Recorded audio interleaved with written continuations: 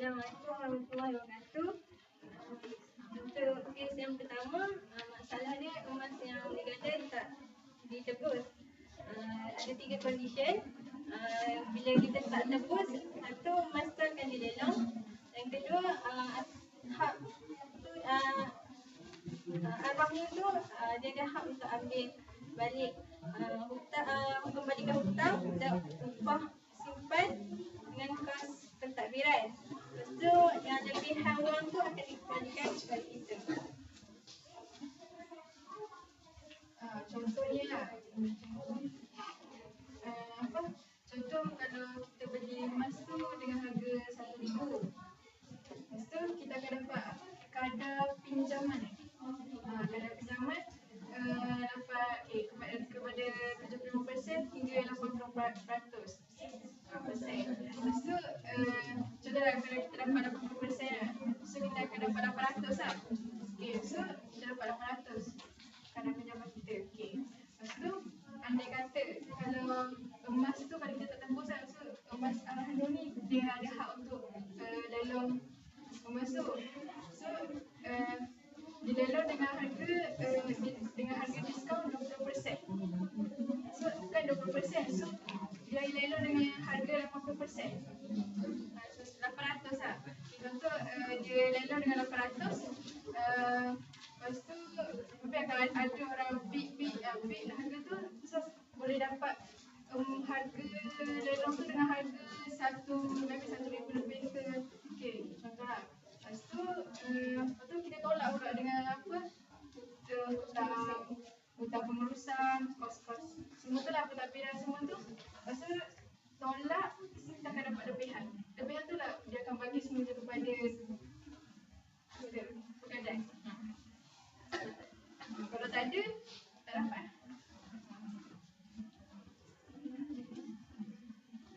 Itu untuk kes 1. Lepas tu, itu masalah dia lah.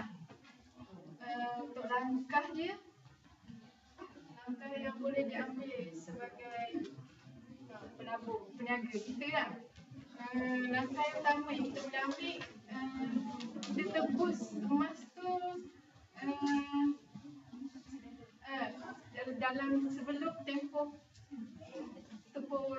tamat gadai. Tamat tu lah. Dan yang kedua, kita duit yang kita kadang tamat tu kita juga boleh buat investment. Itulah langkah dia.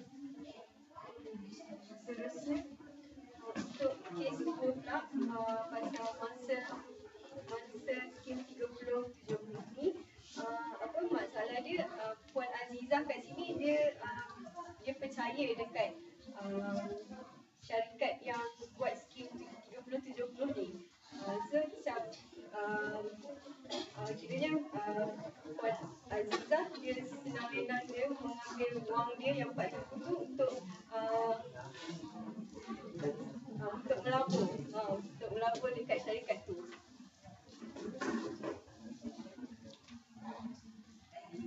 Tapi at the end dia kena tipu sebabnya orang tu janjikan kalau dia bayar 4,000 dia akan dapat 50 gram.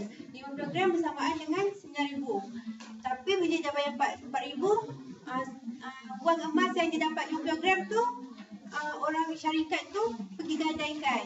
So dia kena bayar lah upah tempat gadai tu simpan emas dia.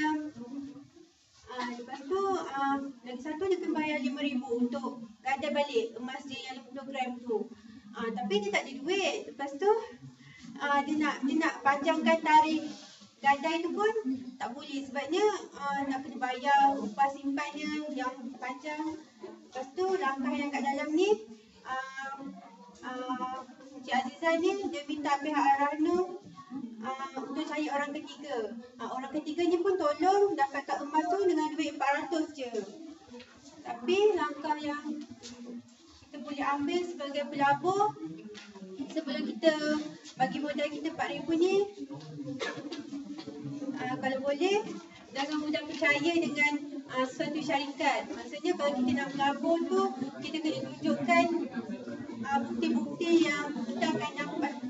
Suruh syarikat syarikat tu tunjukkan bukti yang kita akan dapat seperti apa yang dijanjikan. Kes yang ketiga, kes yang ketiga ni, akak ni, dia dah gadai, dia dah dapat duit, tapi dia nak tebus balik emas tu. Lepas tu dia tak tahu macam mana nak buat. Lepas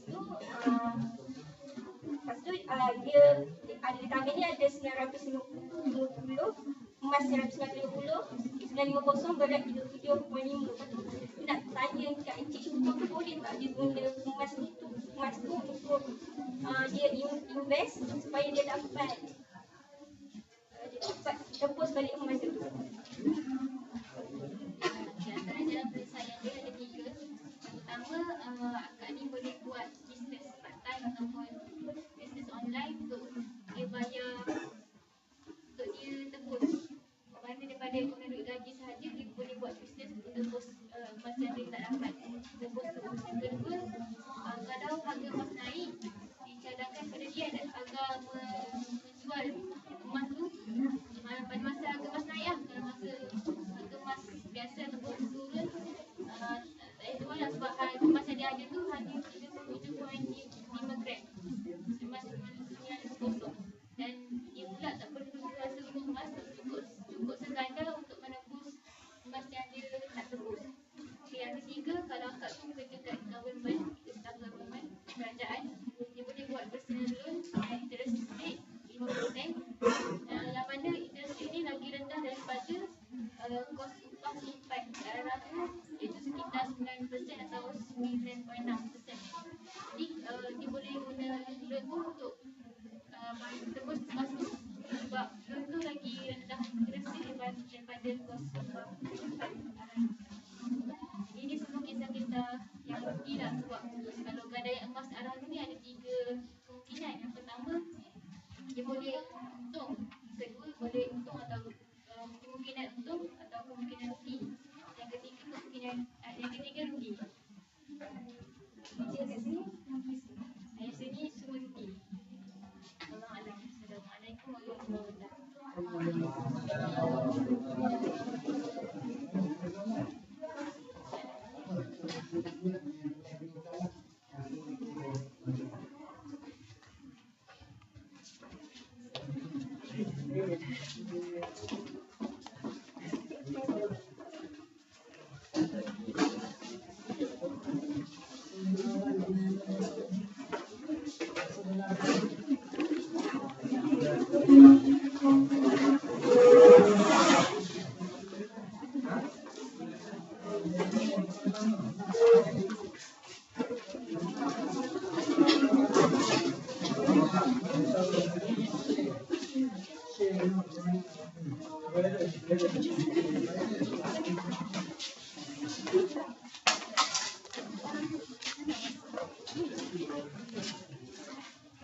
Kita tak lagi jadi viral kita.